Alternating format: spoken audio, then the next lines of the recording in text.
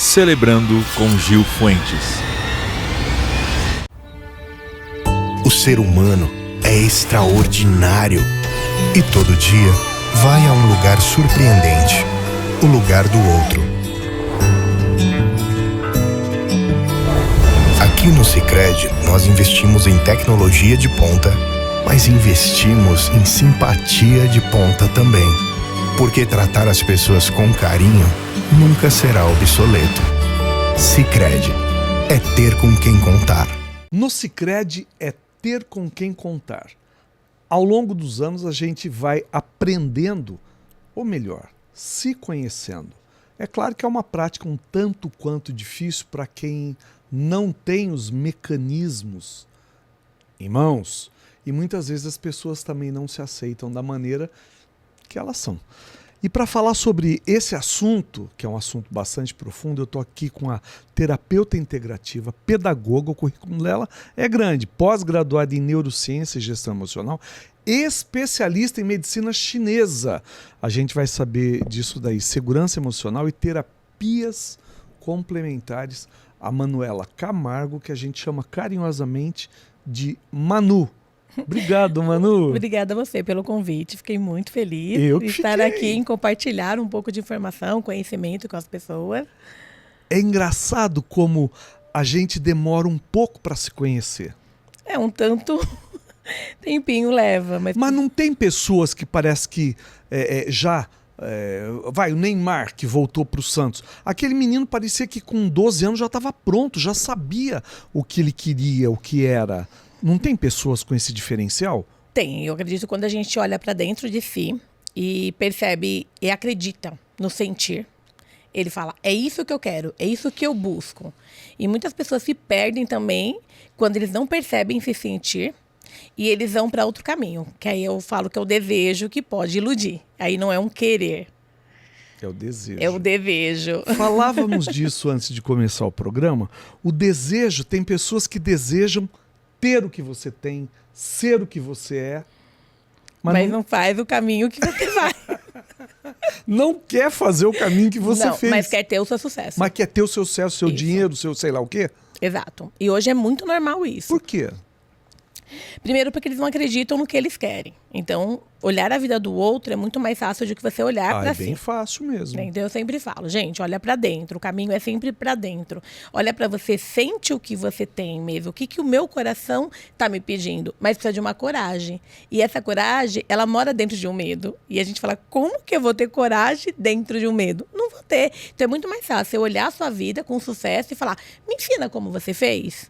Você pode até ensinar. Você vai falar, olha, eu acordava tal hora, eu comia tal coisa, a minha vida era assim, eu pegava ônibus, minha trajetória é desse jeito. Você quer? Não. Não, já quer ter o carrão logo de cara. Exatamente. Hoje eu falo para as pessoas, elas não querem trabalhar, né? Elas querem só ganhar o dinheiro. Se fosse assim, seria tão bom. Muito o que te levou a isso, Manu? Você é de onde? De que lugar do planeta você é? Sou de São Paulo mesmo. São Paulo. Eu sou nascida em Carapicuíba, perto de Barueri ali. Fui criada na Vila Carrão e depois de uns anos meu pai foi transferido para Suzano e aqui eu fiquei, né? O que fez eu querer isso para minha vida? Para esse caminho. Dor. Que tipo de dor? Eu passei uma dor emocional muito grande quando eu era criança, muito forte, aos 4 anos. E aquilo foi muito impactante na minha vida. E quando eu fui crescendo, eu fui percebendo que tinha muitas pessoas que tinham um cuidado emocional muito forte comigo, principalmente meu padrasto. Meu padrasto, ele foi a base de um cuidado emocional, assim, exemplar na minha vida. E aquilo me fez chamar atenção. Eu falo, que interessante, uns te machucam demais. Sim. E outros te protegem com todo o cuidado. E quieto, era isso interessante. Mas no meu padrasto. Vezes também essa proteção faz mal, essa proteção excessiva, ou não? Então, no caso não era um excesso, porque meu pai não era de falar. Meu pai era de estar perto, então ele passava uma segurança sem falar. E falava que era um amor muito genuíno. Foi o melhor amor que eu conheci na minha vida. Estar ao seu lado, a presença física já te dava um conforto. Isso, sem crítica, sem julgamento, alguns conselhos muito sábios. Seu pai é vivo? Não, na verdade meu padrasto, ele é falecido, meu pai biológico, ele é vivo. Então às vezes eu falo pai e eu vou estar sempre referindo ao meu padrasto. Ao padrasto, porque o seu pai não te criou, é isso? Meu pai não, eu fui abandonada com 4 anos de idade. Esse foi seu trauma? Esse foi meu trauma, só que porque foi um trauma onde ele quase matou a minha mãe. Onde ele colocou fogo na casa, destruiu, bateu, quebrou 16 vértebras do braço da minha mãe, quase matou. Então foi um trauma, foi. Moramos na rua praticamente por um tempo, né? Comida, essas questões de faltar. A minha mãe literalmente, emocionalmente prejudicada. Viva sua mãe? Sim, é viva, graças a Deus. Que bom. Prejudicou muito a emoção, tanto dela quanto minha. Aí, uma bênção foi que meu padrasto apareceu alguns anos depois na nossa vida e mudou a nossa história de vida. E esse amor dele me fez olhar que tinha pessoas que conseguiam cuidar, ajudar você na sua emoção. Mas não comandar a sua emoção, mas ter um cuidado com aquela emoção. E eu fui crescendo, fui observando, as minhas amigas sempre gostavam de conversar comigo, eu achava aquilo muito interessante, porque eu era a pessoa que mais tinha dor e a pessoa que mais as pessoas procuravam para falar de dor. Falei, gente, que interessante isso. E eu tinha uma vontade muito grande pro Japão. Sempre quis. Eu falo que eu nasci com essa vontade dentro de mim. Só que eu não sabia que eu era neta de japonês. Você é neta de japonês? Neta de japonês. Por parte de pai. De pai. E eu não sabia. Biológico, claro. Isso. E aí eu fui crescendo. Quando eu fiz 20 anos, eu resolvi ir embora. Pro Japão? Pro Japão. Falei, sozinha? Sozinha. Falei, vou viver o mundo. Sem marido, sem namorado? Sem... Eu casei, mas eu casei por... como que fala? Procuração lá. Com japonês? Com japonês lá. Lá? Lá. Mas por amor? Não. Não, claro. Por vontade de ir pro Japão. Muitos fizeram isso. Muitos. E eu assumo, e foi tranquilo. Fiquei 7 meses casada, né? Levei um chifre. E chegou lá, você não gostou dele? Não, eu levei um chifre mesmo. Beijinhos deram? Não, demos tudo, mas eu ganhei um chifre bem bom. Ainda ele te deu um chifre? Depois do chifre? Sim, ele depois teve um caso com uma prostituta, teve um filho com ela, e eu falei, é melhor... Você não teve filhos? Tive no segundo casamento. Tá. Tive sim. Aí, acabei indo com 20 anos, teve esse relacionamento, depois de 7 meses me separei, e depois de algum tempo conheci o pai da minha filha. Que aí, lá? Lá. É brasileiro. Japonês. Ah, brasileiro. É brasileiro, mas vivia muitos anos lá e a família não tinha brasileiro na família. Eu fui a primeira integrante, tipo assim, que era mestiça na família. O resto é todo japonês envolvido com japonês mesmo. Entendi. E daí nasceu a Raíssa, minha filha, que hoje... Lá. Que tem 18 anos hoje. E ela tem cidadania... Japonesa. Japonesa. Isso. Pode ter?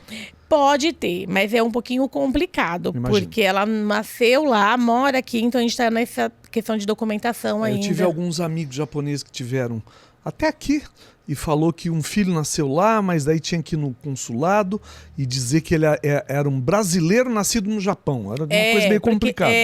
Porque é natural japonês, né? Mas eles são brasileiros. Então é uma série de documentação, uma série de questão. E o estudo para esse lado de tratamento, a medicina chinesa, surgiu quando? Lá também? Lá. Foi lá. Você falava japonês? Claro que não, Lógico. Nem inglês, nem nada. E aí eu falei, meu Deus, eu só quero estudar. Então. E como que eu vou estudar? Eu falo que eu fui abençoada mesmo, foi um presente de Deus que eu recebi mesmo, junto com um dom, assim, com alguma coisa muito forte dentro de mim. Eu fui para uma escola, onde a dona da escola, quer dizer, a sócia da dona, ela falava português. Né? E eles me ajudaram muito. Ela falou, nossa, você quer muito estudar? Eu falei, quero, mas eu não tenho noção, assim, de nenhum outro idioma sem ser português. E ela falou, tá bom, vou te ajudar. Vamos começar pela área de estética? Eu falei, vamos. Aí comecei pela área de estética, achei interessante. Fiquei uns 3 anos conhecendo como funcionava o corpo, beleza, autoestima, pele, tudo sobre estética. Montei uma clínica. Lá. E detalhe, eu fui a primeira brasileira lá a conseguir montar uma loja de roupa brasileira no Japão, num shopping japonês. É mesmo? Foi a primeira. Eu tinha 23 anos. Olha que maravilha. Foi, assim, uma descoberta dentro de mim que eu falei, meu Deus, como que uma brasileira que não fala nada... Você vendia que tipo de roupa? Só roupa brasileira. Tá, mas de banho, biquíni, maiô? Tudo. Sapato, bolsas, acessórios, vestido, olha, tudo. Que é uma coisa que eu mexia aqui no Brasil, né? Eu já gostava. Já gostava. Mas até aí, pra mim, eu ia continuar no ramo de loja. Eu não acreditei que eu ia, assim, me identificar tanto com terapia. Porque deixava as pessoas bonitas, então eu falava, de alguma forma estou ajudando. De alguma forma estou trabalhando dentro daquilo que eu gosto. A terapia, você já começou a trabalhar lá no Japão? Lá também, no Japão. Atuando também? Lá eu comecei... Mas como é que você ia entender o problema que a pessoa estava passando? Só brasileiro. Só brasileiro. Só brasileiro. Abri uma clínica para brasileiro. No colégio, a gente falar em japonês, a gente só aprendia os palavrões em japonês. Que é o melhor. Melhor. Então, mas aí eu atendia bastante brasileiro. Foi lá que eu comecei minha carreira. E eu acabei abrindo uma clínica e acabei também fazendo parceria com a faculdade. Lá. E acabei trabalhando com eles. Fiquei Quantos anos você viveu no Japão? 12 anos. E a volta para o Brasil, a adaptação? Foi difícil. Eu acredito que até hoje eu sofro um pouquinho com algumas coisas. O seu marido ficou lá? Ele ficou porque a gente já estava separado. Tá. E aí eu voltei. E aí depois de alguns meses ele voltou. Mas estão separados? Estamos separados. Separados. E a sua filha Raíssa tem 18 anos? 18 anos. Já está na faculdade? Já vai iniciar agora na faculdade. O quê? Odontologia? Ah, que maravilha. E aqui, essa sua volta para o Brasil se deu em que ano? 2011. 2011, já lá vão 13 anos, 14 anos. 14 anos. 14 anos. 14 anos. Aí você começou voltou a praticar aqui. Mas nada de vender roupa. Não. Lá eu fechei o comércio, eu vim embora em 2011, eu fechei uns 4 anos antes de eu vir, de voltar para o Brasil. Agora vamos falar do teu trabalho. Quem pode procurar você? Pessoas que emocionalmente se sentem confusa, que não tem direcionamento, que tem dor no corpo. Eu tenho um monte, mas Então eu acho que é a idade. Não, a idade ajuda. Mas a emoção, gente, ajuda muito mais. É. Pessoas que elas querem sentir, que elas querem se entender, que elas querem conversar. Hoje as pessoas, elas sentem, mas elas se fecham. É como se fosse proibido sentir. Elas têm medo de sentir, né? Isso é interessante. Parece que o sentir vai te fazer mal. E ele é libertador para a vida. Eu não sei, vou falar besteira aqui. A gente tem uma criação, às vezes, muito rígida. Você tem que acordar cedo, você tem que trabalhar, você tem que fazer isso, você tem. E algumas pessoas não aprenderam a viver o ócio. Algumas pessoas trazem uma carga emocional de responsabilidade muito grande. Não estou justificando e também não estou falando de mim. Mas assim, isso é prejudicial. Total. Essa obrigatoriedade que você tem de fazer tudo corretamente, ser perfeito em tudo. Mas você não vive, né? Não vive. Eu falo que você passa pela vida, mas você não sente a vida. Porque assim, vem crenças. Primeira coisa, a gente é lotado de crença. Total. Né? Aí se você não acordar cedo, você não vai ter dinheiro. Sim. Aí se você não acordar cedo, você não vai ter trabalho. Sente culpa. Isso aconteceu comigo. Meu pai era muito rígido. Daí assim, meu Deus, eu não podia acordar 8 horas da manhã que eu já era vagabundo. Hoje eu sofro, entendeu? Porque são uma crença. Não isso é sou super vagabundo. errado. Mas é uma tendência de trabalho diferente. Os seus horários são diferentes. Isso não quer dizer que você não esteja trabalhando, que você não esteja ganhando. Mas se a gente não estiver atendendo ou fazendo alguma coisa, eu não posso dormir mais cedo. Eu não posso dormir até mais tarde. Eu não posso ir para uma academia fora do horário. Tem que ser aquele horário. Impressionante. É muito louco. Mas isso é uma crença, que é onde está acabando com a sociedade. A crença, gente, eu falo, observe, porque ela te impede de viver. Mas como é que você consegue mudar isso dentro de uma pessoa que foi formatada uma vida para sentir isso? Autoconhecimento, conversar, explicar, identificar onde está essa crença, o que essa crença está trazendo para você. Ruim.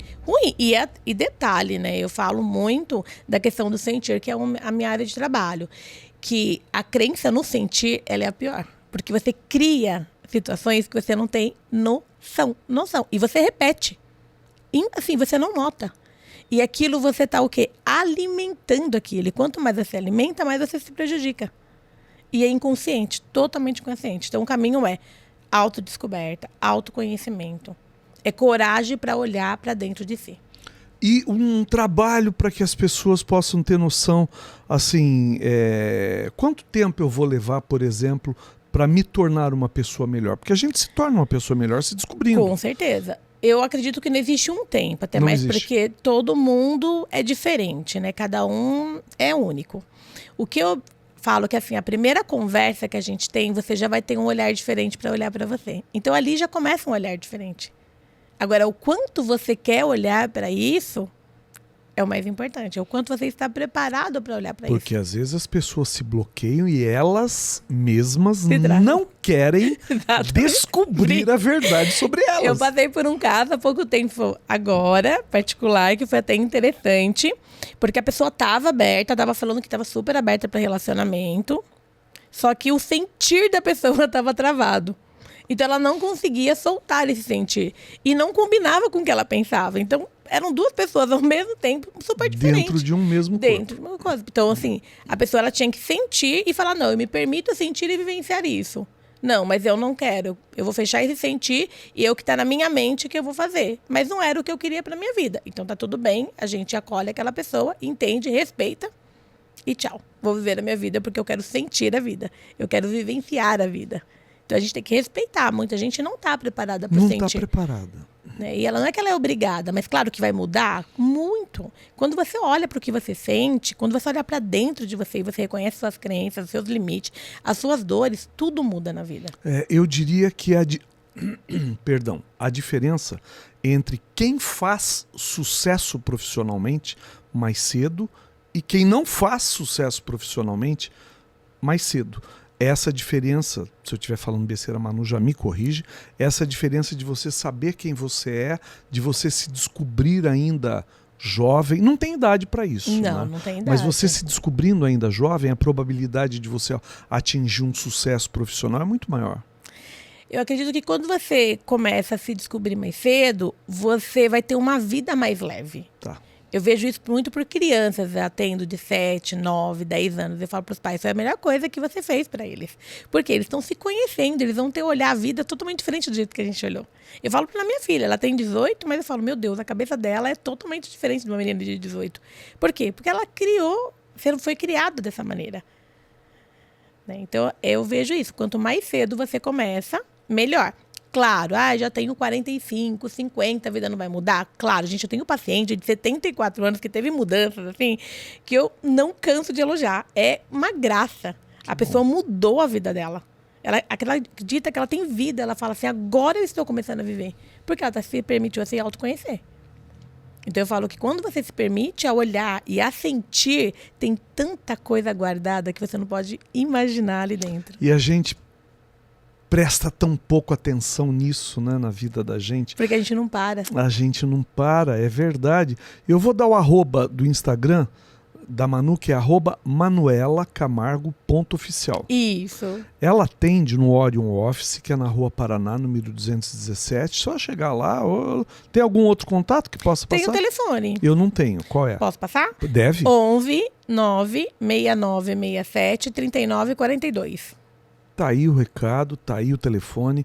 O Orion Office fica no centro da cidade. A Manu participou agora recentemente do primeiro encontro Fortalecendo o Cuidado com as Mulheres Servidoras, que é um olhar diferenciado que a Cíntia Lira, secretária de administração, que já esteve aqui conosco também, proporcionou às servidoras, e foi no Cine Teatro Vilma Bem de Venha. Foi um encontro muito legal. Nossa, foi maravilhoso. Ali as pessoas se realmente olharam para dentro de si e falaram, gente, tem algo que eu nunca imaginei, que é nutriador, né? As pessoas nutrem a dor delas e elas não têm noção disso. Por que as pessoas gostam de sofrer e de mostrar pro outro que tá sofrendo? Porque elas querem cuidar do outro, elas não querem se cuidar. Que é a atenção do outro. Exatamente, é uma carência.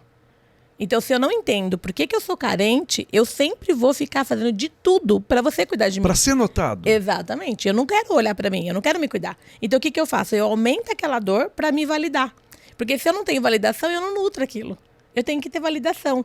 Então, eu tenho que ficar doente. E tem gente que fica doente para ser cuidado. É um absurdo, mas tem gente que passa por esse processo. Eu conheço histórico familiar de briga, se o marido brigava, pronto, ficava de cama, ficava doente, e tinha febre, era uma coisa assim, impressionante, né? Sim, porque querem ser cuidado, mas você vê que é a dor emocional. Então todo mundo tem conserto, Manu? Todo mundo, basta querer olhar pra dentro. Todo mundo tem conserto, tem olha que ter pra coragem pra sentir. Eu falo assim, gente, tenha coragem pra sentir. Mude a sua vida, comece a observar o que você sente. Sabe, observe a sua vida, observe as suas crenças, porque elas te travam, elas te impedem de ser feliz. O seu atendimento, eu vou perguntar, é só particular, também tem convênio? Hoje é só particular, mas eu estou lançando um novo que é em grupo, que é um bate-papo muito interessante, gente. Terapia de grupo? Não é bem uma terapia de grupo. É um autoconhecimento, onde você pode levar o que você quiser de perguntas e ali uma roda de bate-papo, onde a gente come alguma coisa, se diverte, dá risadas.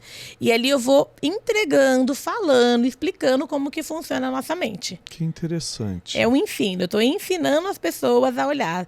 Ah, mas eu tenho essa dor, como que eu faço? Lá eu explico.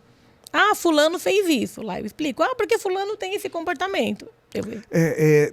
O que é aplicado a mim, normalmente não é aplicado a outra pessoa. Tem Depende. algumas coisas que até pode ser aplicada, mas eu falo que quando se trata do sentir, não é porque, por exemplo, meus pais separaram aos 4 anos e os seus também, que a nossa dor vai ser a mesma. Vai ser a mesma. Não, porque às vezes você pode ter uma dor porque a sua mãe não te deu atenção, e às vezes eu tenho uma dor de um pai. E aí o caminho são diferentes, são pessoas totalmente diferentes. Então, eles podem até se parecer, mas a dor é diferente. Por isso que eu falo que é única. Você tem que olhar pra você e sentir o que aquilo tá trazendo. E aí eu leio esse comportamento. Detalhe, eu faço leitura corporal. Isso também ajuda muito. Que medo dela. Não precisa ter medo.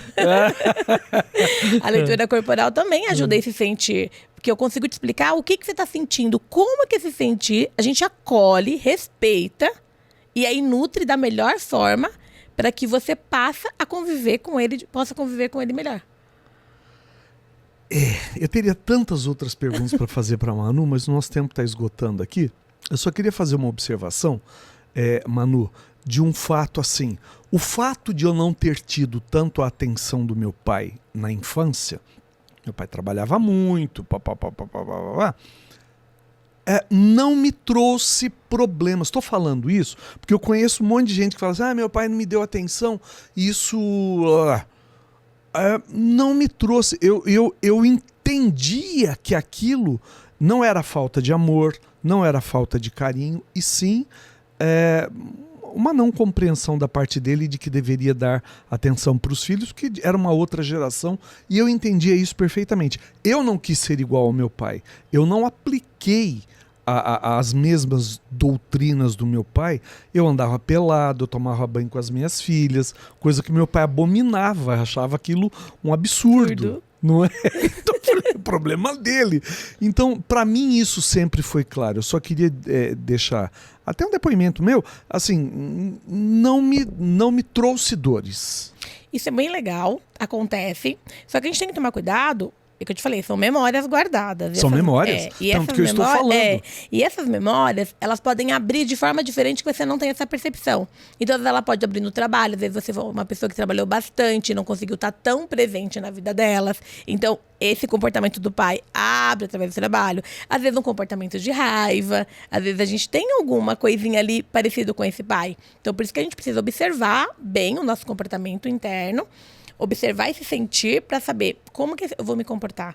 Realmente isso, sou eu ou tem alguma coisa aqui que eu não percebi nessa dor? Porque perfeito ninguém é. E ninguém vai ser. Porque nem Jesus tentou ser perfeito, não deu. Será. Então, assim, não dá.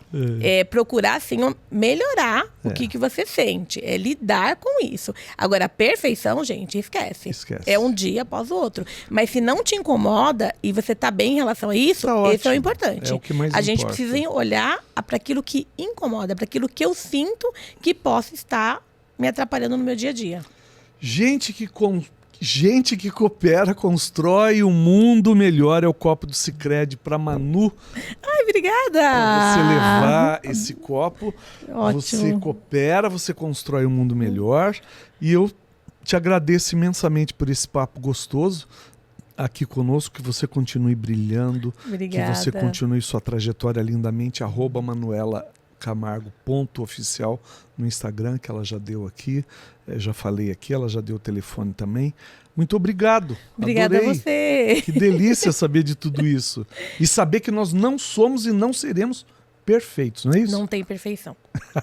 Tem todo dia autoconhecimento. O que eu conheço de mim, o que eu posso fazer o meu melhor todos os dias. E se hoje eu não fiz, tá tudo bem. Amanhã eu posso tentar, e se não der, tá tudo bem também. Todo dia é um aprendizado novo. É uma tentativa é que eu falo, aprendizado. Um auto-perdão todo dia. Não se critique. Uma dica, gente. Não se critique, se perdoe todos os dias. Hoje eu não tive conhecimento sobre isso. Ok, amanhã eu vou ter um outro olhar sobre essa situação. É isso. Obrigada. Manu. Tchau, tchau. Tchau.